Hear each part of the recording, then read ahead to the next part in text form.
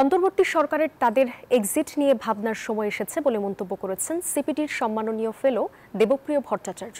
বুধবার দুপুরে রাজধানীর গুলশানে একটি হোটেলে ডেমোক্রেসি ডায়াস বাংলাদেশের এক সেমিনারে এমন মন্তব্য করেন তিনি। দেবপ্রিয় বলেন, অন্তর্বর্তী সরকারের পদক্ষেপ পরবর্তী সরকার কতটা বৈধতা দেবে তাও চিন্তা করতে হবে।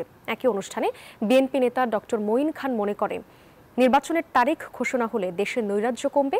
সাংবাদিক ও রাজনৈতিক বিশ্লেষক মাসুদ কামাল বলেন, সংস্কারের নামে সময়ক্ষেপণ করে নির্বাচন পিছিয়ে দেওয়ার চেষ্টা করছে সরকার।